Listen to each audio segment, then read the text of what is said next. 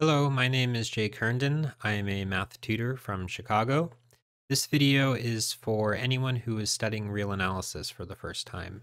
So what I'm going to cover here is a little bit about the nested interval property for the real numbers.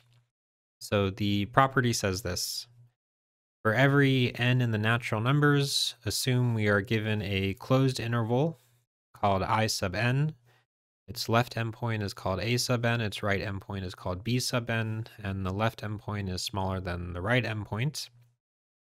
And then also assume each I sub n contains I sub n plus 1. So each interval contains the next one.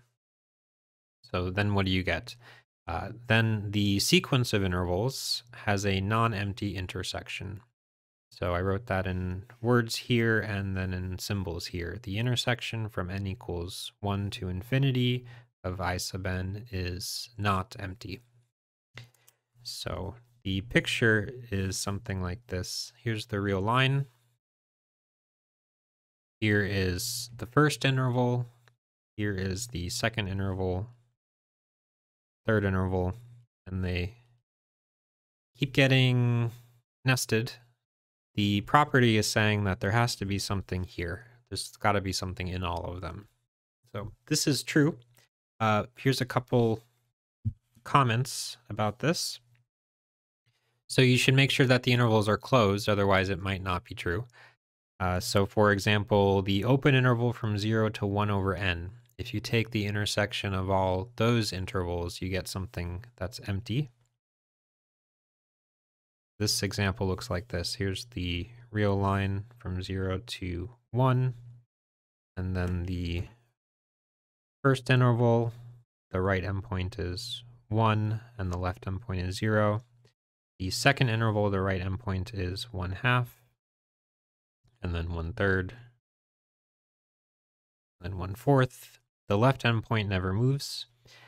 If you take the intersection of these intervals, you don't get anything. There's no real number that's in all of them. So another point is that the intervals have to be bounded. So here is a closed interval from the natural number n just off to infinity. You take the intersection of all those intervals for every n, you get a empty intersection. These intervals look like this. Here's the first one. It starts here and it contains all these points. Second one starts here and contains all these points. Third one and the fourth one. And there's no real number that's going to be in every single one of these rays. So this intersection is empty. And then I want to say something about how to prove the nested interval property. So one proof, there's many of proofs, but one proof uses the least upper bound property.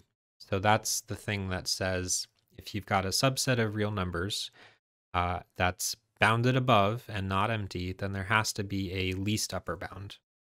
So I want to talk through the proof that the least upper bound property implies the nested interval property.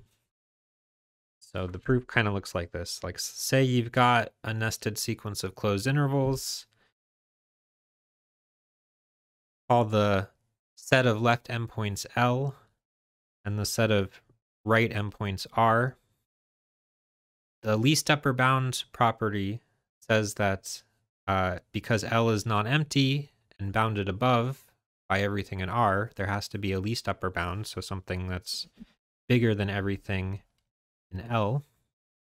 And because it's a least upper bound and everything in R is an upper bound, it has to be smaller than everything in R. So the least upper bound is bigger than everything in L, smaller than everything in R.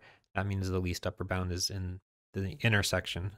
So that's a sketch of the proof of the nested interval property. All right, so one surprising consequence of the nested interval property is the following theorem. So this says that there is no sequence of all real numbers. So So anytime you've got a sequence of real numbers, there has to be some real numbers that are left out of the sequence. So I think it's interesting this has something to do with the nested interval property. So the proof goes like this. So assume for contradiction that x sub n is a sequence of all real numbers. So that means that the set of real numbers can be written as x1, x2, x3, and so on. And now we're going to construct a nested sequence of closed intervals. So the first interval, you want to make sure that it does not contain the first point, but that's the only thing you need to make sure of. So pick any closed interval that does not contain x sub 1. That'll be I sub 1. Now once you have I sub 1, you want to take another interval, I sub 2. Make sure it's a closed interval that's contained in I sub 1. But you also need to make sure that it does not contain the point x sub 2.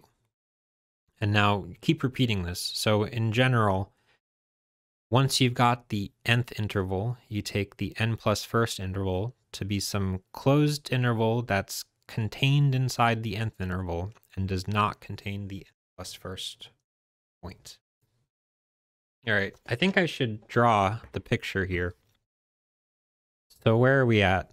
We've got the real line, and we are assuming that there's a sequence that covers every single point of the real line. So I'm just drawing what it might look like. And eventually every single point is going to be covered by a blue dash, but I'll stop drawing them because I think you get the idea. So the first interval, we just need to make sure we don't pick up the first point.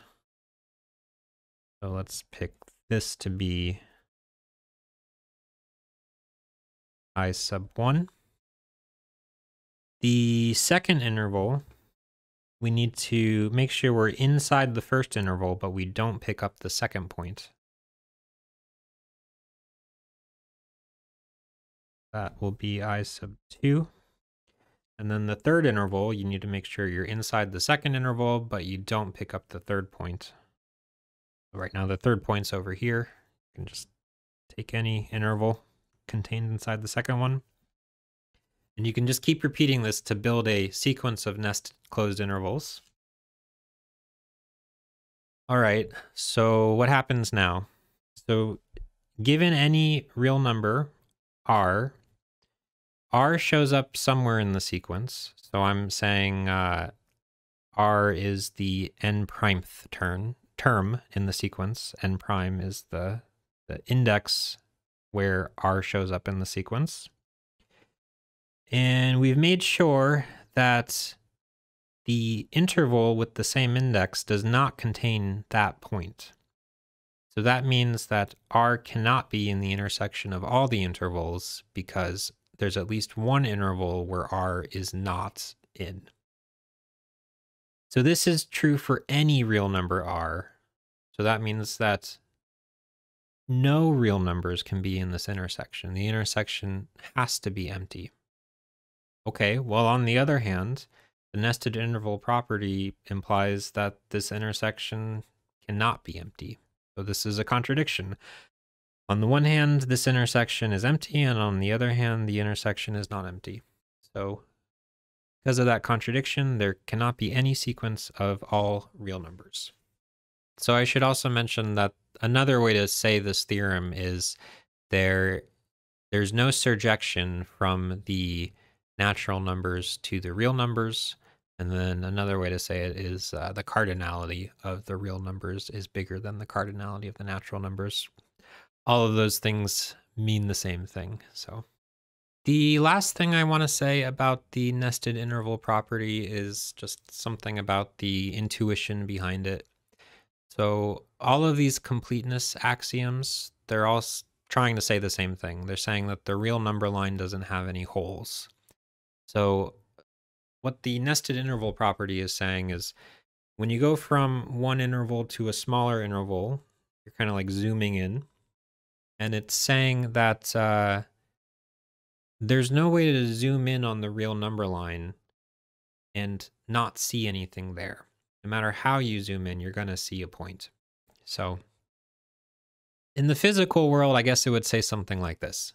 If you set up an infinite sequence of magnifying glasses, just one after the other, so you could look through them all at once, the nested interval property would say you would see something in those magnifying glasses.